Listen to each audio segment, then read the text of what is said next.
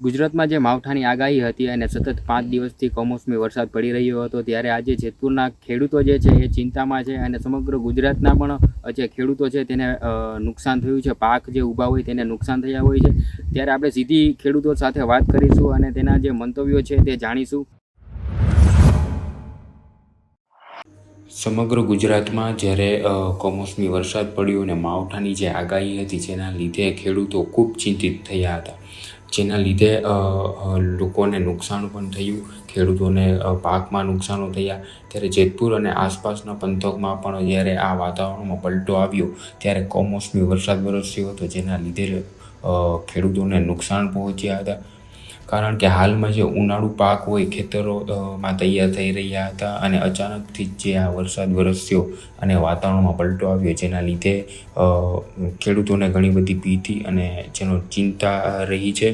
ત્યારે ખેડૂતો જણાવ્યા અનુસાર કહ્યું કે જે ઉનાળુ પાક હોય છે તેમાં પણ ઘણી બધી નુકસાની થઈ છે. ત્યારે તૈયાર પાક હોય એ ભીના થઈ ગયા હતા, ગુણવત્તા અને અસરો બહુ વધારે પડી હતી. ત્યારે ઉત્પાદનમાં પણ ઘટાડો બહુ નોંધાયો હતો.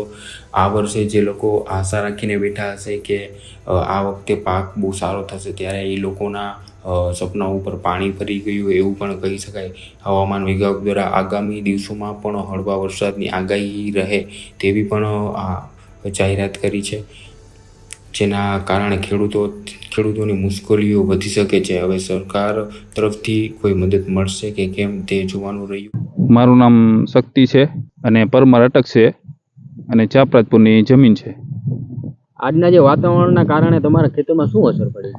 અસર સુકાયો છે, સુકાઈ ગયા છે છોડવા આખા. મગના છે, તલના છે, આ ઉનાળાના વાવેતર છે એના. આ વરસાદના કારણે તમને આમ કેટલી અસર આમાં પડી છે? 50% જેવું અસર થઈ છે આ વાતાવરણના કારણે, આ માવઠાના કારણે. આ સમય દરમિયાન તમારે કયો પાક હતો આમાં ખેતરમાં? મગ હતા અને તલી છે, બે છે. બરાબર. આમાં શું નુકસાન થયું છે? આમાં છોડવા સુકાઈ જાય છે આખા.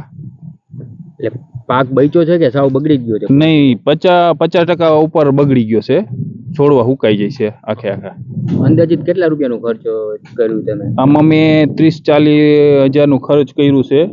આમાં મને એવું લાગે છે કે વળતર મને પાછું મળશે નહીં. એટલે પાક આમ વેચાણ માટે તૈયાર હતો કે હજુ બાકી હતું? બાકી હતું, હજી 20 દિવસ જેવું લે, 50 નહીં, 70% જેવું પહોંચી ગયો તો પાક. 70% જેવું. અંદાજિત તમને નુકસાન કેટલું થયું હશે? નુકસાન આમાં થયું છે 50% ઉપર થયું છે અમને. એટલે સરકાર તરફથી કોઈ તમને કઈ મુલાકાત કે કોઈ આશ્વાસન આપવામાં આવ્યું છે? નહીં, કોઈ આવ્યું નથી. આ તમે જે આવ્યા ને એ જ છે, હજી કોઈ આવ્યું નથી. ક્યાંય સહાય કે એની કોઈ સહાનુભૂતિ કઈ આપવામાં નથી આવી ને? નહીં, હજી કોઈ કઈ સરકારે કર્યું નથી કઈ. એટલે તમે કોઈ સરકાર પાસે કે કૃષિ મંત્રી કે કોઈ પણ પાસે આશા રાખો છો એવી કોઈ? આશા તો બધા ખેડૂતને હોય, અમારે છે. ખેડૂતને તો આશા હોય જ, ભગવાન પાસે હોય કે એની પાસે હોય, જો મહેરબાની કરીને સરકાર કાંઈ સમજે તો. એટલે આવા જે વાતાવરણ અવારનવાર બનતા હોય જેના લીધે તમને હવે એવો કોઈ ડર ખરો ખેડૂત તરીકે? ખેડૂત તરીકે તો ડર તો ખરા ને. હજી આવું નવું વાતાવરણ રહે, માવઠા થાય તો આ તો અમારા હાથમાં કાંઈ પાક આવશે જ નહીં. આ જે નુકસાન થયું જેના લીધે હવે તમારે ફરીથી પાક કરવાનો રહે તો એનું સમર્થન તમને કાંઈ પાછું મળી રહે એવું ખરું? નહીં, એ કાંઈ ના મળે હવે આમાં.